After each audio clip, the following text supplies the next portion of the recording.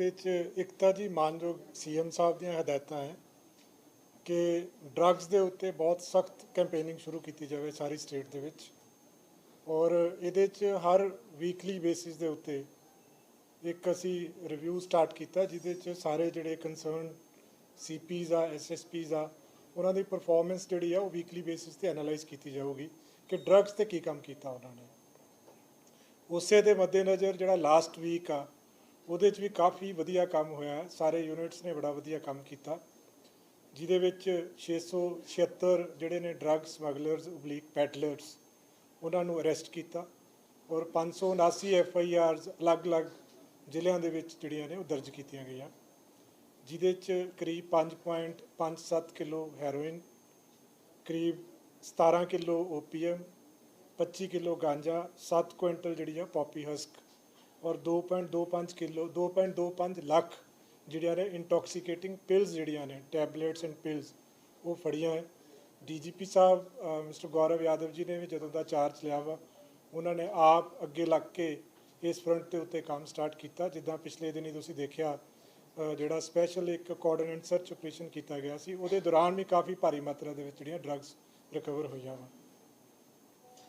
32 ਜਿਹੜੇ ਨੇ ਪ੍ਰੋਕਲੇਮਡ ਅਫੈਂਡਰਸ ਤੇ ਅਬਸਕੌਂਡਰਸ 32 ਜਿਹੜੇ ਡਰੱਗ ਸਮਗਲਿੰਗ ਦੇ ਨਾਲ ਰਿਲੇਟਡ ਸੀਗੇ ਉਹ ਪਿਛਲੇ ਹਫਤੇ ਦੇ ਵਿੱਚ ਫੜੇ ਗਏ।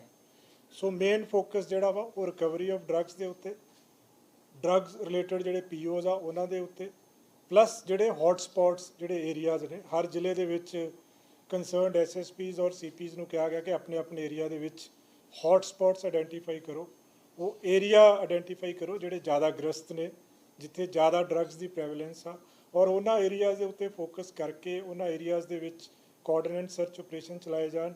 ਉਹਨਾਂ ਏਰੀਆਜ਼ ਦੇ ਵਿੱਚ ਆਇਡੈਂਟੀਫਾਈ ਕੀਤਾ ਜਾਵੇ ਕਿ ਕਿਹੜੇ ਕਿਹੜੇ ਕੈਟੇਗਰੀ ਵਾਈਜ਼ ਵੀ ਕਿਹੜੇ ਕਿਹੜੇ ਟਾਈਪ ਦੇ ਸਮਗਲਰਸ ਨੇ, ਕਿਹੜੇ ਕਿਹੜੇ ਟਾਈਪ ਦੇ ਪੈਡਲਰਸ ਨੇ, ਔਰ ਉਹਨਾਂ ਦੇ ਉੱਤੇ ਸਖਤੀ ਕੀਤੀ ਜਾਵੇ। ਇਸੇ ਤਰ੍ਹਾਂ ਜਿਹੜਾ ਪ੍ਰੋਪਰਟੀ, ਕਈ ਸਮਗਲਰਸ ਨੇ ਜਿਨ੍ਹਾਂ ਨੇ ਪ੍ਰੋਪਰਟੀ ਬਣਾਈ ਹੁੰਦੀ ਆ, ਇਲ ਗੋਟਨ ਪ੍ਰੋਪਰਟੀ ਜਿਹੜੀ ਡਰੱਗਸ ਦੇ ਵਿੱਚ ਬਣਾਈ ਗਈ ਹੁੰਦੀ ਆ, ਉਹਦੇ ਉੱਤੇ ਵੀ 68F ਇੱਕ NDPS ਐਕਟ ਦਾ ਸੈਕਸ਼ਨ ਆ ਜਿਹਦੇ ਤਹਿਤ ਪ੍ਰੋਪਰਟੀ ਫੋਰਫੀਚਰ ਜਿਹੜੀ ਕੀਤੀ ਜਾਂਦੀ ਆ।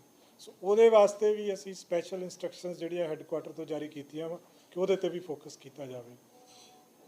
ਕੁਛ ਟ੍ਰੈਂਡਸ ਜਿਹੜੇ ਨੇ ਦੇਖਣ ਨੂੰ ਆਏ ਆ, ਜਿਸ ਤਰ੍ਹਾਂ ਜਿਹੜੀ ਸਮਗਲਿੰਗ ਹੋ ਰਹੀ ਆ ਉਹ ਅੱਜ ਕੱਲ੍ਹ ਜੰਮੂ ਕਸ਼ਮੀਰ ਦੇ ਏਰੀਆ ਤੋਂ ਕਾਫੀ ਜ਼ਿਆਦਾ ਹੋ ਰਹੀ ਹੈ। ਜਿੱਦਾਂ ਪਿੱਛੇ IG ਬਾਰਡਰ ਰੇਂਜ ਜਿਹੜੇ ਨੇ ਉਹਨਾਂ ਨੇ ਵੀ ਇੱਕ ਐਨਾਲਿਸਿਸ ਕਰਾਇਆ ਸੀਗਾ ਔਰ ਕਾਫੀ ਸਾਰੀ ਸਮਗਲਿੰਗ ਜਿਹੜੀ ਹੈ ਜੰਮੂ ਕਸ਼ਮੀਰ ਦੇ ਏਰੀਆ ਤੋਂ ਹੋ ਰਹੀ ਹੈ।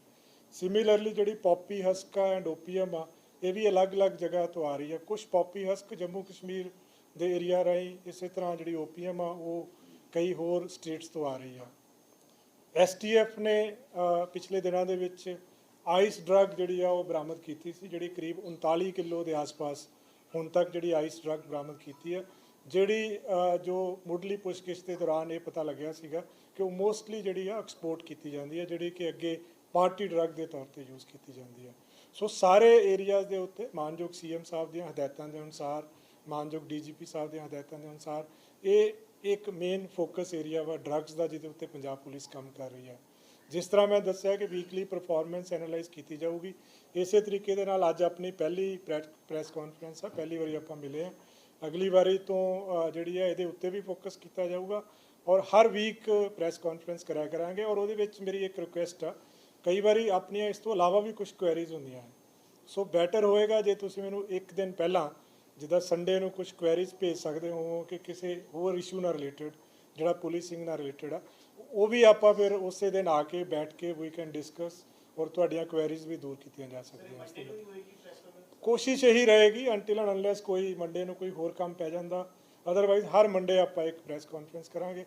ਔਰ ਇਹਦਾ ਜਿਹੜਾ ਮੇਨ ਜਿਹੜਾ ਮੁੱਦਾ ਹੈ ਜਿਹੜਾ ਸਾਡਾ ਅੱਜ ਦੀ ਡੇਟ ਦੇ ਵਿੱਚ ਉਹ ਡਰੱਗਸ ਦਾ ਮੇਨ ਮੁੱਦਾ ਵਾ ਔਰ ਡਰੱਗਸ 'ਤੇ ਮੇਨ ਫੋਕਸ ਆ ਪੰਜਾਬ ਪੁਲਿਸ ਦਾ, ਕਿਉਂਕਿ ਇਹ ਵੱਡਾ ਐਂਡੇਵਰ ਆ ਪੰਜਾਬ ਪੁਲਿਸ ਦਾ ਔਰ ਮਾਨਯੋਗ CM ਸਾਹਿਬ ਦਾ ਕਿ ਵੀ ਆਪਾਂ ਸਟੇਟ ਨੂੰ ਡਰੱਗ ਫ੍ਰੀ ਕਰਨਾ ਵਾ।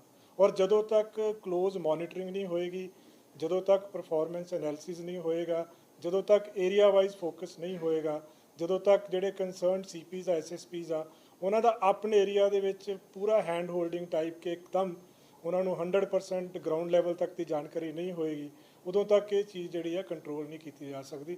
ਔਰ ਜਦੋਂ ਆਪਾਂ ਪਰਫਾਰਮੈਂਸ ਐਨਾਲਿਸਿਸ ਕਰਾਂਗੇ ਸਾਰਿਆਂ ਦਾ, ਹਰ ਇੱਕ ਨੂੰ ਪਤਾ ਹੋਏਗਾ ਕਿ ਮੈਂ ਹਰ ਹਫਤੇ ਕੁਛ ਨਾ ਕੁਛ ਇਸ ਫਰੰਟ ਦੇ ਉੱਤੇ ਜ਼ਬਰਦਸਤ ਤਰੀਕੇ ਦੇ ਨਾਲ ਕੰਮ ਕਰਨਾ ਵਾ, ਉਹ ਆਪਣੇ ਆਪ ਹੀ ਜਿਹੜਾ ਵਾ ਉਹ ਲੱਕ ਟੁੱਟੇਗਾ ਇਹਨਾਂ ਦਾ, ਜਿਹੜੇ ਡਰੱਗ ਸਮਗਲਰਸ ਨੇ।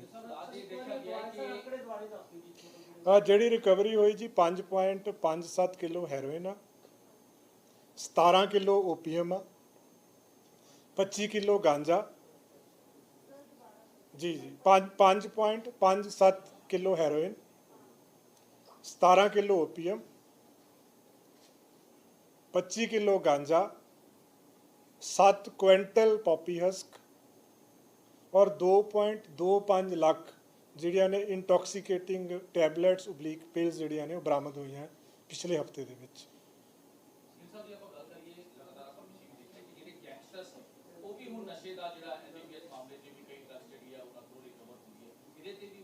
ਪੂਰਾ ਜੀ 100%। ਤਦੇ ਹੀ ਉਹ ਜਿਹੜੀਆਂ ਮੈਂ ਤੁਹਾਨੂੰ ਜਿਸ ਤਰ੍ਹਾਂ ਕਿਹਾ ਕਿ ਹੌਟ ਸਪੌਟਸ ਔਰ ਸਮਗਲਰਸ ਜਿਹੜੇ ਨੇ ਜਾਂ ਪੈਡਲਰਸ ਨੇ ਉਹਨਾਂ ਨੂੰ ਆਇਡੈਂਟੀਫਾਈ ਕੀਤਾ ਜਾਵੇ।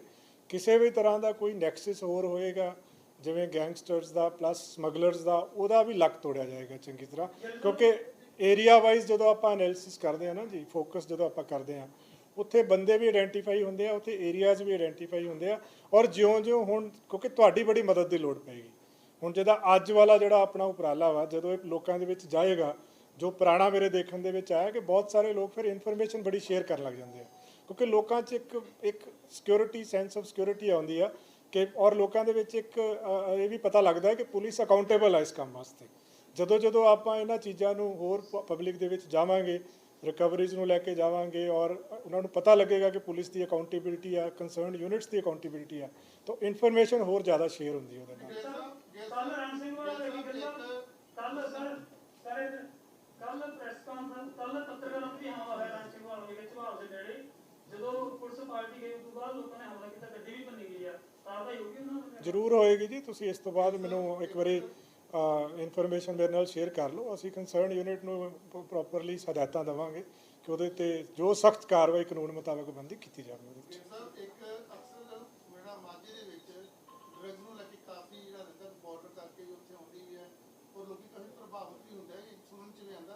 ਦੇਖਿਆ ਵੀ ਜਾ ਰਿਹਾ ਇੱਕ ਇਸ ਤਰ੍ਹਾਂ ਕਿ ਇਹਨਾਂ ਨੂੰ ਤੁਸੀਂ ਕਿਵੇਂ ਬਾਰਡਰ ਹੈ ਕਿ ਪੀਐਸਐਫ ਹੈ, ਕਿਉਂਕਿ ਅਕਸਰ ਜਿਹੜੀ ਚੀਜ਼ ਉਹ ਆਮ ਰੁਕਦੀ ਨਹੀਂ ਪਈ, ਲਗਾਤਾਰ ਚੱਲਦਾ ਬੱਚੇ ਨੂੰ ਜੈਂਡ ਕਿਹਾ ਗਿਆ, ਇਹਨੂੰ ਤੁਸੀਂ ਕਿਵੇਂ ਕਰੋ? ਕਿਉਂਕਿ ਅਕਸਰ ਇੱਕ ਸਪੈਸ਼ਲ ਕੋਈ ਚੈੱਕ ਪੋਸਟ ਹੋਣਗੀਆਂ ਜਾਂ ਕੁਝ ਹੈ ਜਾਂ ਕੁਝ, ਹੁਣ ਕਿਵੇਂ ਮੋਨੀਟਰਿੰਗ ਕਰੋਗੇ? ਕਿਉਂਕਿ ਬਹੁਤ ਦਿੱਕਤ ਹੈ, ਨੰਬਰ 1। ਨੰਬਰ 2, ਅਗਰ ਜਿਸ ਦੇ ਇਲਾਕੇ ਦੇ ਵਿੱਚ ਪੁਲਿਸ ਅਫਸਰ ਦੇ ਜਾਂ ਸੀਪੀ ਜਾਂ ਐਸਐਸਪੀ 'ਚ ਰਿਕਵਰ ਪ੍ਰੋਪਰ ਢੰਗ ਨਾਲ ਜਾਂ ਨਹੀਂ ਮੋਨੀਟਰਿੰਗ ਕਰ ਪਾਉਂਦਾ, ਉਹਦਾ ਕੀ ਕਰੋਗੇ? ਕਿਉਂਕਿ ਅਕਸਰ ਦੇਖਿਆ ਜਾਂਦਾ, ਅਸੀਂ ਦੇਖਦੇ ਹਾਂ ਕਿ ਅਫਸਰ ਇਹ ਕਾਮਯਾਬ ਹੋਇਆ ਕਿ ਨਹੀਂ ਹੋਇਆ, ਇਹ ਕਿੰਨਾ ਸਿੰਸੀਅਰਲੀ, ਇਹਨਾਂ ਨੂੰ ਕਿਵੇਂ ਕਰਾਂਗੇ? ਕਿਉਂਕਿ ਇਹ ਮੈਟਰ ਬੜਾ ਸੈਂਸਿਟਿਵ ਹੈ, ਉਹ ਸਰਕਾਰ ਬੜੀ ਕੀ ਹੈ।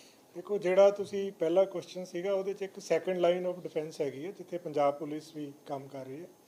ਦੂਸਰਾ, ਜਿਸ ਤਰ੍ਹਾਂ ਮੈਂ ਕਿਹਾ ਕਿ ਜਦੋਂ ਆਪਾਂ ਏਰੀਆ ਵਾਈਜ਼ ਜਦੋਂ ਐਨਾਲਿਸਿਸ ਕਰਦੇ ਹਾਂ ਜਾਂ ਏਰੀਆ ਵਾਈਜ਼ ਫੋਕਸ ਕਰਦੇ ਹਾਂ, ਉਹਦੇ 'ਚ ਪਿੰਡ, ਕਸਬੇ, ਕੁਛ ਜਿਵੇਂ ਸਿਟੀਜ਼ ਦੇ ਵਿੱਚ ਕੁਛ ਏਰੀਆਜ਼ ਆਪਣੇ ਆਪ ਆਇਡੈਂਟੀਫਾਈ ਹੋਣ ਲੱਗ ਜਾਂਦੇ ਆ ਕਿ ਕਿੰਨਾ ਏਰੀਆਜ਼ ਦੇ ਵਿੱਚ ਜ਼ਿਆਦਾ ਹੈ। ਸੋ ਜਦੋਂ ਏਰੀਆ ਸਪੈਸੀਫਿਕ ਫੋਕਸ ਹੁੰਦਾ ਵਾ, ਕਾਫੀ ਜਿਹੜੀਆਂ ਪ੍ਰੋਬਲਮਸ ਆ ਉਹਦੇ ਨਾਲ ਦੂਰ ਹੁੰਦੀਆਂ। ਸੈਕੰਡ ਜਿਹੜੀ ਤੁਸੀਂ ਗੱਲ ਕੀਤੀ, ਉਹ ਇਹ ਅਕਾਊਂਟੇਬਿਲਿਟੀ ਵਾਸਤੇ ਹੀ ਅਸੀਂ ਇਹ ਸ਼ੁਰੂ ਕੀਤਾ, ਕਿਉਂਕਿ ਜਦੋਂ ਵੀਕਲੀ ਐਨਾਲਿਸਿਸ ਜਿਸ ਤਰ੍ਹਾਂ ਹੁਣ ਅੱਜ ਅਸੀਂ ਸੁਬਾਹ ਐਨਾਲਾਈਜ਼ ਕੀਤਾ ਵਾ, ਉਹਦੇ ਵਿੱਚ ਹਰ ਇੱਕ ਦਾ ਦੇਖਿਆ ਗਿਆ ਵਾ ਕਿ ਕਿੰਨੀ ਰਿਕਵਰੀ ਕੀਤੀ। ਔਰ ਤੀਸਰਾ ਇਹਦਾ ਕੁਐਂਟਮ ਤਾਂ ਠੀਕ ਆ, ਜਿਵੇਂ ਆਪਾਂ ਕੁਆਂਟੀਟੀ ਵਾਈਜ਼ ਵੀ ਦੇਖਦੇ ਹਾਂ, ਇੱਕ ਪਬਲਿਕ ਪਰਸੈਪਸ਼ਨ ਵੀ ਬਿਲਡਅਪ ਹੁੰਦੀ ਹੈ। ਸੋ ਉਹਦੇ ਵਾਸਤੇ ਵੀ ਅਲੱਗ ਤੋਂ ਫੀਡਬੈਕ ਲਵਾਂਗੇ। ਜਿਸ ਤਰ੍ਹਾਂ ਅਸੀਂ ਮੋਟੇ ਤੌਰ 'ਤੇ ਮੈਂ ਤੁਹਾਨੂੰ ਦੱਸ ਦਿੰਦਾ, ਜਿਹੜੀਆਂ ਅਸੀਂ 3 ਕੈਟੇਗਰੀ ਦੇ ਵਿੱਚ ਇਹਨੂੰ ਨਾਰਮਲੀ ਲੈਂਦੇ ਹਾਂ, ਇੱਕ ਕਮਰਸ਼ੀਅਲ ਕੁਆਂਟੀਟੀ ਦੇ ਵਿੱਚ, ਇੱਕ ਮੀਡੀਅਮ ਕੁਆਂਟੀਟੀ ਔਰ ਇੱਕ ਸਮਾਲ ਕੁਆਂਟੀਟੀ। ਕਮਰਸ਼ੀਅਲ ਕੁਆਂਟੀਟੀ ਹਰ ਇੱਕ ਡਰੱਗ ਦੀ ਅਲੱਗ-ਅਲੱਗ ਤਰ੍ਹਾਂ ਨਾਲ ਡਿਫਾਈਨਡ ਆ, ਔਰ ਕਮਰਸ਼ੀਅਲ ਕੁਆਂਟੀਟੀ ਦੇ ਵਿੱਚ ਸਭ ਤੋਂ ਵੱਧ ਸਜ਼ਾ ਹੁੰਦੀ ਹੈ, ਮਿਨੀਮਮ 10 ਸਾਲ ਦੀ ਸਜ਼ਾ ਉਹਦੇ ਵਿੱਚ। ਫਿਰ ਮੀਡੀਅਮ ਕੁਆਂਟੀਟੀ ਆ, ਫਿਰ ਸਮਾਲ ਕੁਆਂਟੀਟੀ ਆ। ਸੋ ਕਮਰਸ਼ੀਅਲ ਕੁਆਂਟੀਟੀ ਦੇ ਵਿੱਚ ਜਿਹੜੀਆਂ ਸਭ ਤੋਂ ਵੱਧ FIRs ਹੋਈਆਂ ਨੇ ਉਹ ਪਟਿਆਲੇ ਦੇ ਵਿੱਚ ਹੋਈਆਂ, 6 FIRs ਆ, 4 ਬਠਿੰਡਾ ਦੇ ਵਿੱਚ ਹੋਈਆਂ ਔਰ 3 ਫਿਰੋਜ਼ਪੁਰ ਦੇ ਵਿੱਚ ਹੋਈਆਂ, ਜਿਹੜੀਆਂ ਕਮਰਸ਼ੀਅਲ ਕੁਆਂਟੀਟੀ 'ਚ। ਇਸੇ ਤਰ੍ਹਾਂ ਮੀਡੀਅਮ ਕੁਆਂਟੀਟੀ ਦੇ ਵਿੱਚ ਵੀ ਸਭ ਤੋਂ ਵੱਧ ਪਟਿਆਲੇ 'ਚ ਹੋਈਆਂ, ਫਿਰ ਫਿਰੋਜ਼ਪੁਰ 'ਚ ਆ, 40 ਪਟਿਆਲਾ ਦੇ ਵਿੱਚ ਆ, 30 ਫਿਰੋਜ਼ਪੁਰ 'ਚ ਆ, 28 ਮੋਗਾ ਦੇ ਵਿੱਚ ਆ ਔਰ 25 ਫਤਿਹਗੜ੍ਹ ਸਾਹਿਬ ਦੇ ਵਿੱਚ।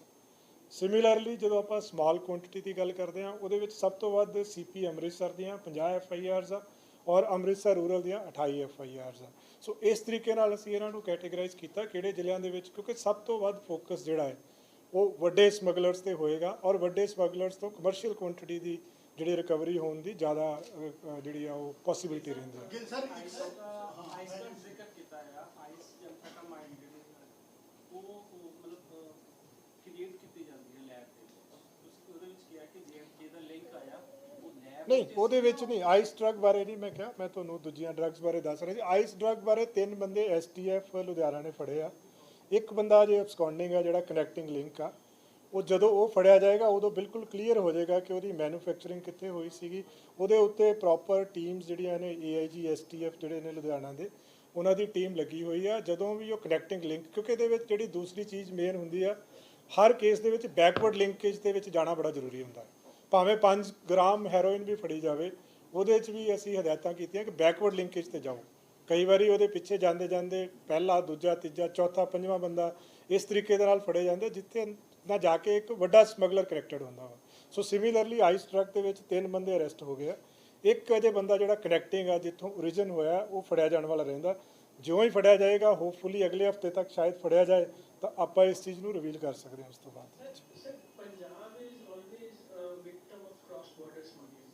So, is there any special drive launched by Punjab Police in the border areas nearby the national border or villages?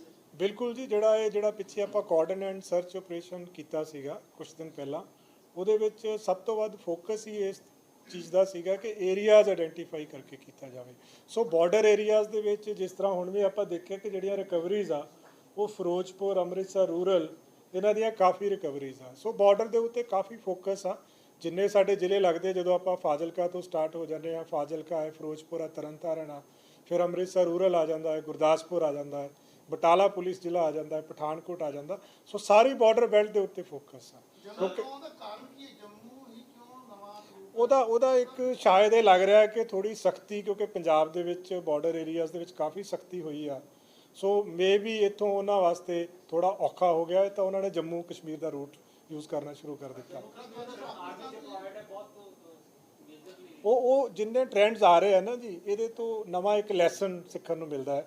ਜਦੋਂ ਵੀ ਕੋਈ ਟ੍ਰੈਂਡ ਚੇਂਜ ਹੁੰਦਾ ਹੈ, ਕੋਈ ਵੀ, ਜਿੱਦਾਂ ਹੁਣ ਮੁਕਤਸਰ SSP ਸਾਹਿਬ ਨੇ ਦੱਸਿਆ ਸੀਗਾ ਕਿ ਉਹਨਾਂ ਦੇ ਏਰੀਏ ਦੇ ਵਿੱਚ ਕੁਛ, ਕਿਉਂਕਿ ਹੈਰੋਇਨ ਦੀ ਕਮੀ ਹੋ ਗਈ ਆ, ਬਹੁਤ ਜ਼ਿਆਦਾ ਡਰੱਗਸ ਦੀ ਕਮੀ ਹੋ ਗਈ ਆ, ਤਾਂ ਲੋਕੀ ਕਈ ਤਰ੍ਹਾਂ ਦਾ, ਕੋਈ ਵੀਡ ਕਿਲਰਸ, ਕੋਈ ਵਾਸ਼ਿੰਗ ਸੋਡਾ, ਕੋਈ ਹਰਬੀਸਾਈਡਸ ਨੂੰ ਮਿਕਸਚਰ, ਇਹ ਵੀ ਇੱਕ ਦੋ ਥਾਂ ਤੇ ਫੜਿਆ ਗਿਆ ਉਹਦੇ ਵਿੱਚ। ਸੋ ਜਦੋਂ ਕੋਈ ਟ੍ਰੈਂਡ ਡਰੱਗਸ ਦੇ ਵਿੱਚ ਚੇਂਜ ਹੁੰਦਾ ਵਾ, ਤਿਉਂ ਆਪਣੀ ਥੋੜੀ ਸਟ੍ਰੈਟਜੀ ਵੀ ਨਾਲ ਚੇਂਜ ਹੁੰਦੀ ਆ। ਸੋ ਜਿਹੜਾ ਜੰਮੂ ਕਸ਼ਮੀਰ ਵਾਲਾ ਐਂਗਲ ਆਇਆ ਵਾ, ਉਹਦੇ ਵਿੱਚ ਆਪਣਾ ਹਮੇਸ਼ਾ ਇੰਟਰ ਸਟੇਟ ਮੀਟਿੰਗਸ ਹੁੰਦੀਆਂ ਵਾ, ਚਾਹੇ ਉਹ ਹਰਿਆਣੇ ਦਾ ਬਾਰਡਰ ਹੋਵੇ, ਚਾਹੇ ਉਹ ਰਾਜਸਥਾਨ ਦਾ ਬਾਰਡਰ ਹੋਵੇ, ਚਾਹੇ ਜੰਮੂ ਕਸ਼ਮੀਰ ਦਾ ਬਾਰਡਰ ਹੋਵੇ। ਸੋ ਇਹ ਇੰਟਰ ਸਟੇਟ ਮੀਟਿੰਗਸ ਕਰਕੇ ਵੀ ਆਪਾਂ ਇਹਦੇ ਉੱਤੇ ਸਟੱਡੀ ਕੀਤਾ ਜਾ ਸਕਦਾ ਕਿ ਇਹ ਟ੍ਰੈਂਡ ਕਿਉਂ ਚੇਂਜ ਆ, ਔਰ ਜੁਆਇੰਟਲੀ ਆਪਰੇਸ਼ਨਸ, ਜੁਆਇੰਟਲੀ ਮੀਟਿੰਗਸ ਕਰਕੇ ਕੋਆਰਡੀਨੇਟ ਕੀਤਾ ਜਾ ਸਕਦਾ। ਗਿੱਲ ਸਾਹਿਬ ਇੱਕ ਸਵਾਲ ਪੀਓ ਵੀ ਫੜੇ ਗਏ ਹੈ, ਕੋਈ ਇਸ ਤਰ੍ਹਾਂ ਕੋਈ ਵੱਡਾ ਕੋਈ ਕੇਸ ਹੈਗਾ ਜਿਹੜੇ ਜਿਸ ਕੇਸ ਦੇ ਵਿੱਚ? ਮੇਰੇ ਕੋਲ ਨਾ ਸਪੈਸੀਫਿਕ ਨਾਮ ਨਹੀਂ ਹੈਗੇ, ਬਟ ਜਿਹੜੇ 32 POs ਨੇ, ਉਹਦੇ ਵਿੱਚੋਂ ਐਗਜ਼ੈਕਟ ਤੁਹਾਨੂੰ ਕੋਸ਼ਿਸ਼ ਕਰਦੇ ਹਾਂ ਦੇ ਦਿਆਂਗੇ ਕਿ ਕਿੰਨੇ ਕਮਰਸ਼ੀਅਲ ਕੁਆਂਟੀਟੀ ਦੇ ਕਿੰਨੇ ਨੇ ਔਰ ਮੀਡੀਅਮ ਕੁਆਂਟੀਟੀ ਦੇ ਕਿੰਨੇ ਨੇ। ਕਿਉਂਕਿ ਡਰੱਗਸ ਦੇ ਵਿੱਚ NDPS ਐਕਟ ਤੇ POs ਤੇ ਕਾਫੀ ਫੋਕਸ ਹੁੰਦਾ। ਮਾਨਯੋਗ ਸੁਪਰੀਮ ਕੋਰਟ ਵੀ ਇਹਨੂੰ ਮੋਨੀਟਰ ਕਰ ਰਹੀ ਹੈ। ਸੋ ਇਸ ਤੇ ਕਾਫੀ ਫੋਕਸ ਆ ਕਿ ਡਰੱਗਸ ਦੇ ਜਿਹੜੇ POs ਆ, ਖਾਸ ਕਰਕੇ ਡਰੱਗਸ ਦੇ, ਉਹ ਫੜੇ ਜਾਣ ਜਲਦੀ ਤੋਂ ਜਲਦੀ। ਗਿੱਲ ਸਾਹਿਬ ਸਰ, ਕੁਝ ਨਸ਼ਾ ਤਸਕਰ ਸੀਗੇ ਜਿਹੜੇ ਦੇਸ਼ ਛੱਡ ਕੇ ਵਿਦੇਸ਼ ਜਾ ਕੇ ਸੈਟਲ ਹੋ ਗਏ, ਉਹਨੂੰ ਲੈ ਕੇ ਰੈੱਡ ਕਾਰਨਰ ਨੋਟਿਸ ਵੀ ਜਾਰੀ ਹੋਏ ਆ। ਕੋਈ ਪੰਜਾਬ ਪੁਲਿਸ ਇਹੋ ਜਿਹਾ ਕੁਝ ਉਪਰਾਲਾ ਕਰ ਰਹੀ ਕਿ ਉਹਨਾਂ ਨੂੰ ਵਾਪਸ ਲੈ ਕੇ ਆਇਆ ਜਾ ਸਕੇ? ਦੇਖੋ, ਇਹ ਜਿਹੜਾ ਐਗਜ਼ੈਕਟਲੀ ਜੀ, ਜਿਹੜਾ ਰੈੱਡ ਕਾਰਨਰ ਨੋਟਿਸ ਹੁੰਦਾ, basically it is to identify ਕਿ ਬੰਦਾ ਕਿਹੜੇ ਦੇਸ਼ ਦੇ ਵਿੱਚ ਆ। ਸੋ ਜਦੋਂ ਆਪਾਂ ਨੂੰ ਆਇਡੈਂਟੀਫਾਈ ਹੋ ਜਾਂਦਾ, ਫਿਰ ਆਪਾਂ ਐਕਸਟ੍ਰਾਡੀਸ਼ਨ ਦਾ ਪ੍ਰੋਸੈਸ ਇਨੀਸ਼ੀਏਟ ਕਰਦੇ ਹਾਂ। ਸੋ ਇਹਦੇ ਉੱਤੇ ਵੀ ਜਿਹੜਾ ਇਹ ਤੁਸੀਂ ਗੱਲ ਕੀਤੀ ਹੈ, ਇਹਦੇ ਉੱਤੇ ਵੀ ਸਾਡਾ ਹੈਗਾ। ਈਵਨ ਗੈਂਗਸਟਰਸ ਦੇ ਉੱਤੇ ਵੀ ਰੈੱਡ ਕਾਰਨਰ ਨੋਟਿਸ ਇਸ਼ੂ ਹੋਏ ਆ, ਉਹਦੇ ਤੇ ਵੀ ਚੱਲ ਰਿਹਾ। ਡਰੱਗ ਸਮਗਲਰਸ ਜਾਂ ਜਿਹੜਾ ਵੀ ਬੰਦਾ ਡਰੱਗ ਨਾਲ ਡਾਇਰੈਕਟਲੀ ਜਾਂ ਇਨਡਾਇਰੈਕਟਲੀ ਲਿੰਕਡ ਆ, ਉਹਦੇ ਤੇ ਵੀ ਚੱਲ ਰਿਹਾ ਸਾਡਾ ਜਿਹੜਾ। ਉਹ ਆਪਾਂ ਨੈਕਸਟ ਵੀਕ ਦੇ ਵਿੱਚ ਤੁਹਾਨੂੰ ਸਪੈਸੀਫਿਕ ਕੋਈ ਕੇਸਿਸ ਵੀ ਜ਼ਰੂਰ ਅਸੀਂ ਦੱਸਾਂਗੇ ਤੁਹਾਨੂੰ ਉਹਦੇ ਬਾਰੇ ਵਿੱਚ। ਇਸ ਪੂਰੇ ਜਿਹੜਾ ਟ੍ਰੈਂਡ ਚੇਂਜ ਹੋਇਆ ਜੰਮੂ ਕਸ਼ਮੀਰ ਵਾਲਾ, ਇਹ ਅੱਜ ਤੱਕ ਦੀ ਪੂਰੀ ਰਿਕਵਰੀ ਦੇ ਵਿੱਚ ਡਰੋਨ ਦੀ ਪਾਰਟਿਸਿਪੇਸ਼ਨ ਕਿੰਨੀ ਹੈ? ਇਹ ਨਾ ਐਗਜ਼ੈਕਟ ਅਜੇ ਨਹੀਂ ਦੱਸ ਪਾਵਾਂਗੇ, ਕਿਉਂਕਿ ਡਰੱਗ ਜਦੋਂ ਫੜੀ ਜਾਂਦੀ ਆ, ਉਸ ਤੋਂ ਬਾਅਦ ਉਹਦਾ ਜਦੋਂ ਤੱਕ ਆਪਾਂ ਬਿਲਕੁਲ ਲਾਸਟ ਕਨੈਕਟੀਵਿਟੀ ਤੇ ਨਾ ਚਲੇ ਜਾਈਏ ਨਾ, ਉਦੋਂ ਤੱਕ ਕਈ ਵਾਰੀ ਨਹੀਂ ਪਤਾ ਚੱਲਦਾ। ਸੋ ਇਸ ਤਰੀਕੇ ਦੀ ਅਜੇ ਐਨਾਲਿਸਿਸ ਨਹੀਂ ਕੀਤਾ ਗਿਆ, but over A period of time ਹੁਣ, ਕਿਉਂਕਿ ਡਰੋਨਸ ਦੀ ਵੀ ਵਿਜ਼ਿਬਿਲਟੀ ਵੀ ਹੋਈ ਆ, ਡਰੋਨਸ ਮਿਲੇ ਵੀ ਆ ਪਿਛਲੇ ਕੁਝ ਦਿਨਾਂ ਦੇ ਵਿੱਚ। ਤੋ ਹੌਲੀ ਹੌਲੀ ਆਪਾਂ ਜਿਹੜਾ ਇਸ 'ਤੇ ਵੀ ਅਸੀਂ ਕੋਸ਼ਿਸ਼ ਕਰਾਂਗੇ ਅਗਲੀ ਆਪਾਂ ਜਦੋਂ ਮੀਟਿੰਗ ਕਰੀਏ ਉਹਦੇ ਵਿੱਚ ਇੱਕ ਐਨਾਲਿਸਿਸ ਇਹਦਾ ਵੀ ਕਰੀਏ ਆਪਾਂ ਇਸ ਚੀਜ਼ ਦਾ।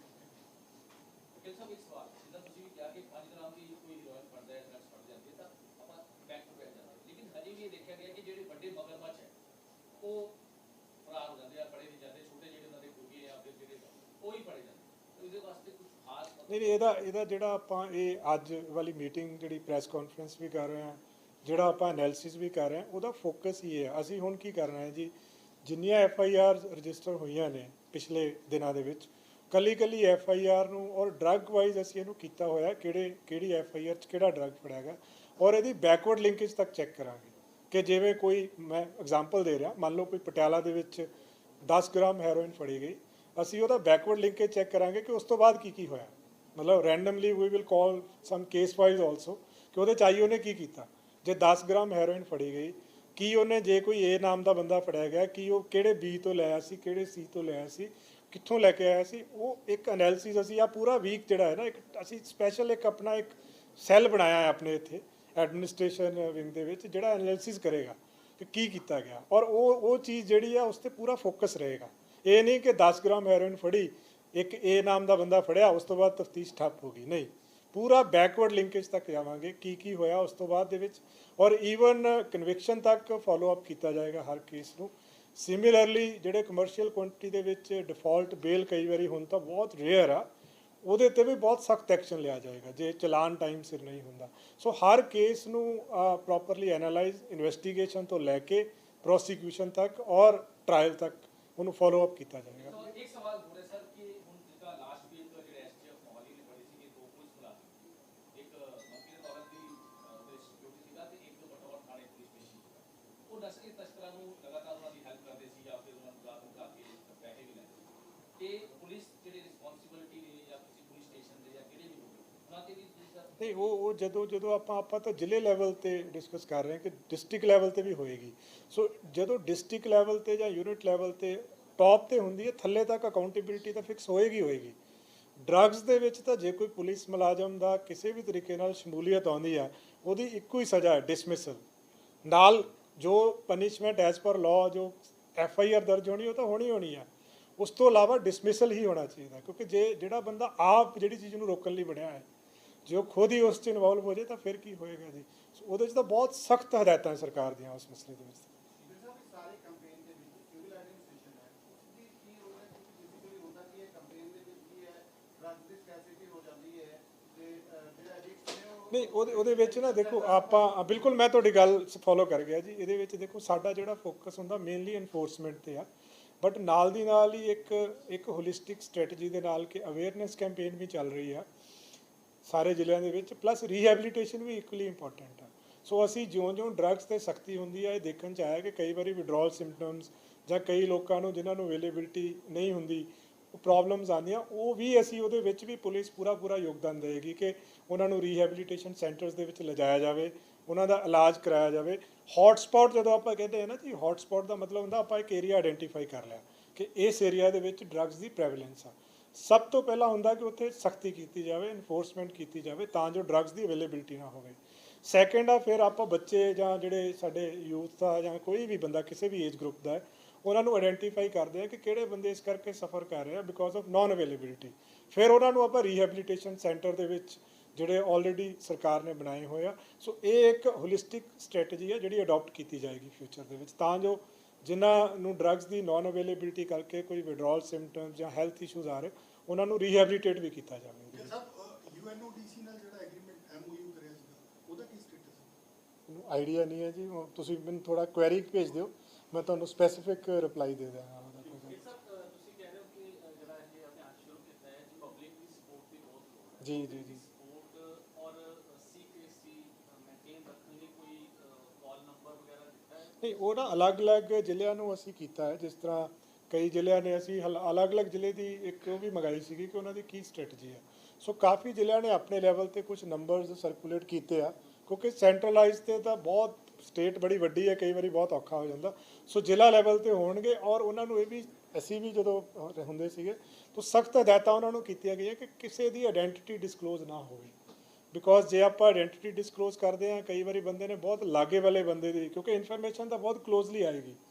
ਜੇ ਕੋਈ ਇੱਕ ਪਿੰਡ ਆ, ਜੇ ਉਸ ਪਿੰਡ ਦੇ ਵਿੱਚ ਇੱਕ ਮੁਹੱਲਾ ਹੈ, ਮੁਹੱਲੇ ਦੇ ਅੰਦਰੋਂ ਇਨਫੋਰਮੇਸ਼ਨ ਆਏਗੀ।